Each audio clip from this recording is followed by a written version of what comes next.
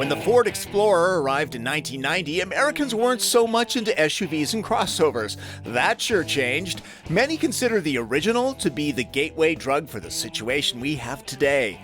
Originally based on the Ranger pickup chassis, Generation 5 switched to a front drive-based crossover platform. The all-new Gen 6 model has returned to a rear-wheel drive architecture.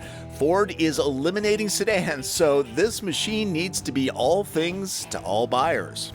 The new Explorer is available in a wide array of flavors. There's a 4-cylinder turbo engine, a turbo V6, a hybrid powertrain. You can buy it as a base model, you can luxe it up. There's a high-performance version.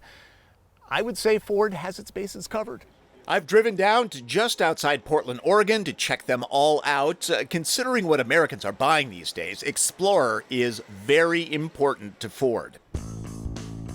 The design is evolutionary. Clearly, the folks in Dearborn didn't mess with a good thing. Size is within 1/10 of an inch in most exterior dimensions, but it looks smaller, less bulbous. This gives Explorer a sleeker, spendier look, like it ditched Eddie Bauer flannel for Patagonia fleece.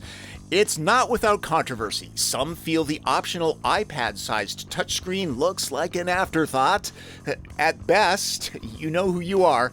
Functionally, it works, since it can be split, keeping the features used most often at the top of the screen and the driver's eyes on the road. Always good. Most Explorers will explore with a 2.3-liter EcoBoost 4-cylinder,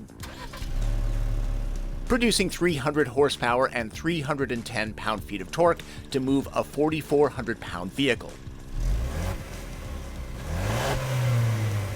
All models get 10 speeds, and this controller, I prefer it to electronic joysticks for what that's worth. Remember, Explorer is rear drive, unless you get the intelligent all-wheel drive system that can disconnect the front axle for better fuel efficiency. Terrain management system has up to 7 drive modes. That should be more than enough for most owners, I would think. The gas side of the hybrid is a 3.3-liter V6 that's not turbocharged. In front of the 10-speed is an integrated electric motor with 44 horsepower and 221 pound-feet of torque. It's liquid-cooled to handle towing. The battery pack is in the floor. Total power is 318 horses and 322 pound-feet. In rear-drive configurations, Ford claims it can travel 500 miles on a tank of gas.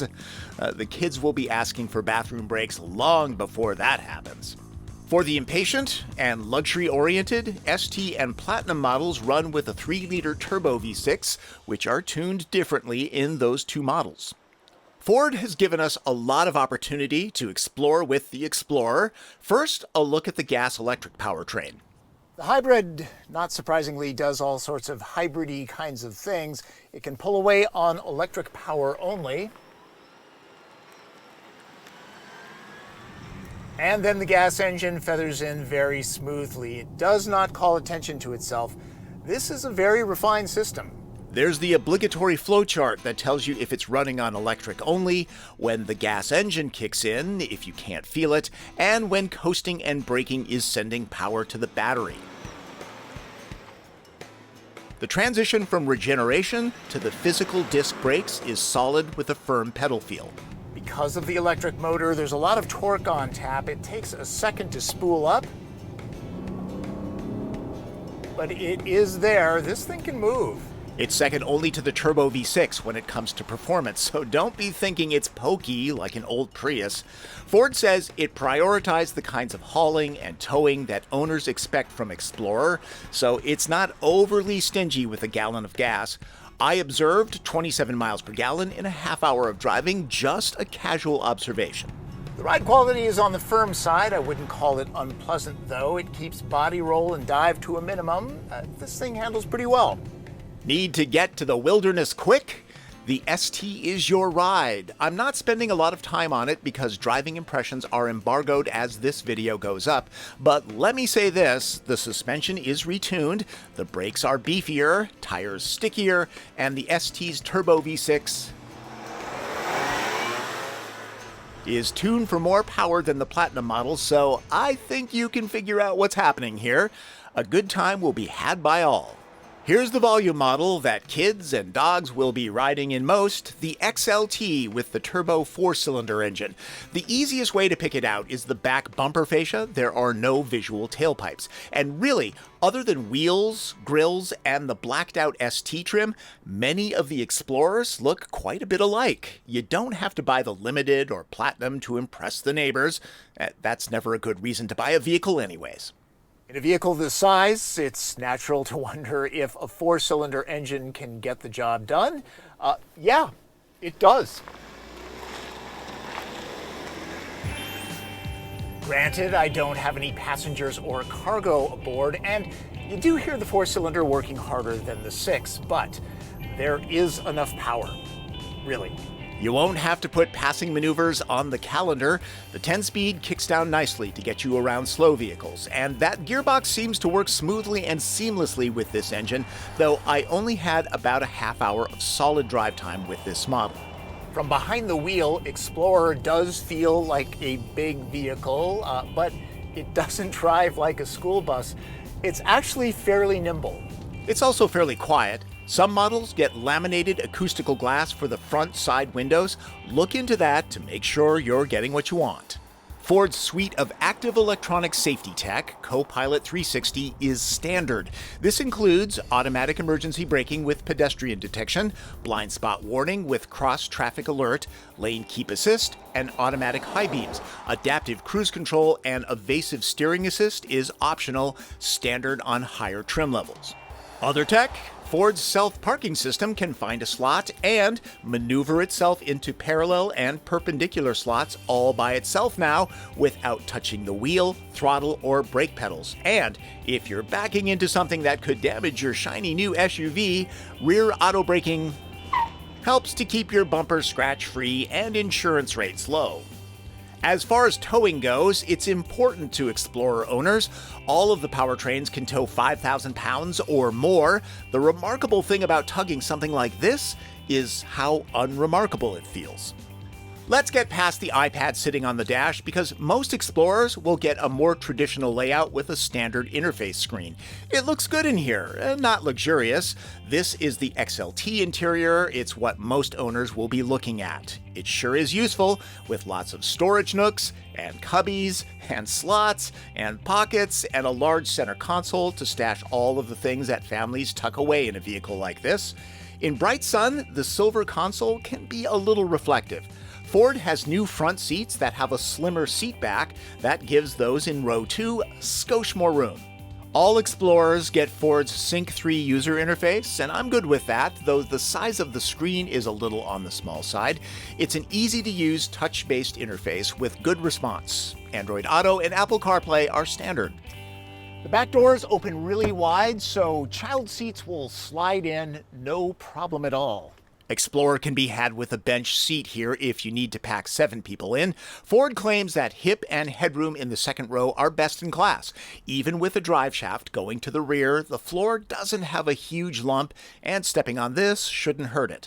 Like the front, lots of life's necessities can be squirreled away. A separate climate zone? Check. And there are enough power ports to juice up phones and iPads that can connect to Explorer's Wi-Fi hotspot. Heading back to row number 3, is easy enough for kids to do, and the floor isn't super high, so getting back there isn't all that hard. Families buy these because they actually use the third row. I'm 5'9", and I'm fine back here. Headroom is good, so is knee and foot room. The cushions are a little bit low, so thigh support isn't all that great. That's pretty common in this segment. There's storage and cup holders, too. Glad Ford was realistic and kept seating to 2 passengers here. Some manufacturers try to wedge belts for 3 in the way back. Talk about optimistic. Let's face it, this is a large crossover that's geared towards family duty. But Ford says owners do explore the wilderness in these, even if it's not Jeep Wrangler Rubicon level excursions. All right, hill descent control. Foot off the brake and throttle.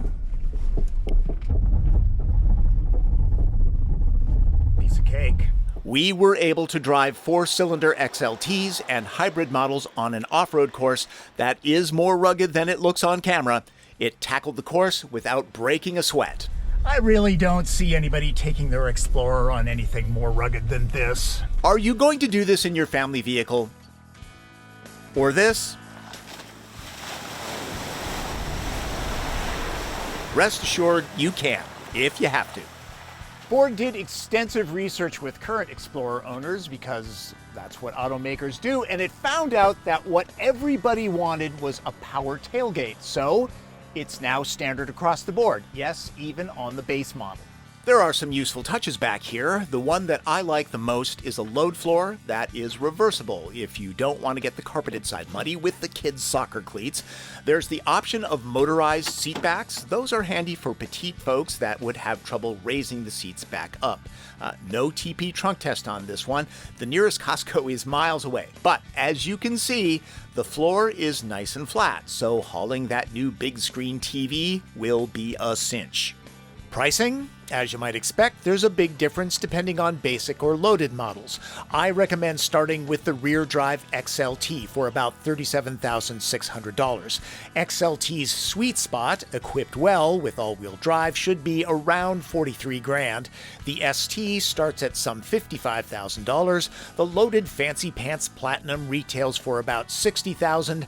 Hybrid models begin at $53,400. The all-new Explorer is a nice ride to be sure, and it will do an active family proud. Are there competitors?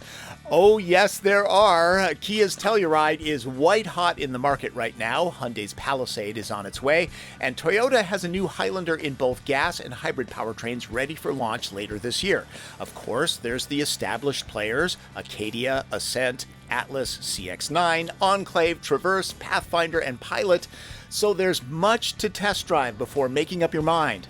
Explorer might have given the SUV market its jumpstart back in 1990, but it's got a lot of company and competition today. That's good for us all. For what it's worth, I drove a 4th-generation Explorer when I worked at King TV in Seattle. It was the last of the truck-based Explorers. Always loaded down with lots of gear. I drove it hard since I was often facing daily deadlines. I even did some off-roading with it for stories. It never let me down. I have fond memories of that rig. Explorer comes with a spare, but Michelin self-seal tires are available. These are not run flats. They don't have stiff sidewalls. There's a viscous coating inside that seals punctures. At the very least, it can give a driver more time to get home or to a service station before going completely flat. Neat stuff. And finally, this. The Explorer got star treatment in the first Jurassic Park, so it was kind of fun to see this, right down to the yellow wheels. Here's a reminder of how basic the first Explorers were. And Ford even flew in a real dinosaur. Okay, that's probably Jim Hackett in there.